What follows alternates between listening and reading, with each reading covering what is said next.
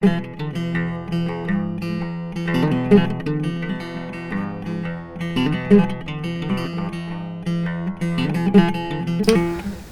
hola a tots. Nova sabata, single track Hayasa, és una sabata o una nova aportació de la gent de North Face, Rissant el Ris. Per què dic Rissant el Ris? Què incorpora una sabata com aquesta? Si sou una miqueta observadors us donareu compte que la part de taló contem única i exclusivament amb un gruix d'aproximadament 18 mil·límetres.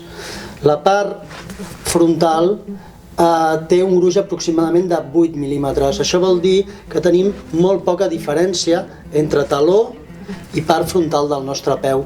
Ens fa caminar o córrer d'una manera més plana, amb més contacte amb el terra, en definitiva.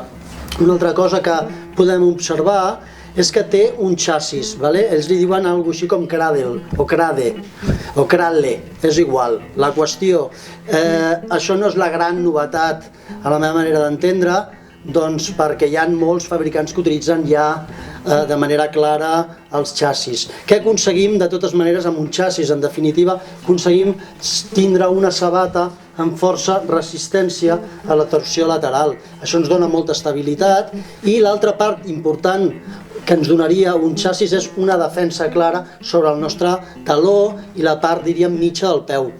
El pont, en definitiva, evita l'entrada de pedres, arrels, graves, etc., de manera que no ens fem mal. L'altra cosa que es pot observar és que és una sabata que en gran mesura no està cosida, sinó que està encolada. Això és un concepte extremadament modern i es fa senzillament perquè no tingui massa pes. Què aconseguim amb aquesta tecnologia? Doncs al final que una sabata com aquesta ens pesi 234 grams aproximadament amb la talla 42, la qual cosa és molt poc pes. L'altra particularitat és que l'amortiguant, l'EVA que estan utilitzant en aquesta nova sabata, té una capacitat d'absorbir el cop extremadament marcada. Tenim molta sensació de terra, però al mateix temps tenim molta protecció i molta capacitat d'absorbir impacte. Crec que val la pena. A mi m'agradaria provar-les. Són novetat i probablement en continuarem parlant. Mireu-vos una miqueta les característiques de la nostra web i crec que pot ser un d'aquells, diríem, salts qualitatius de la marca North Face amb aquesta nova sabata, ja que la situa a la meva manera d'entendre en la modernitat, d'acord?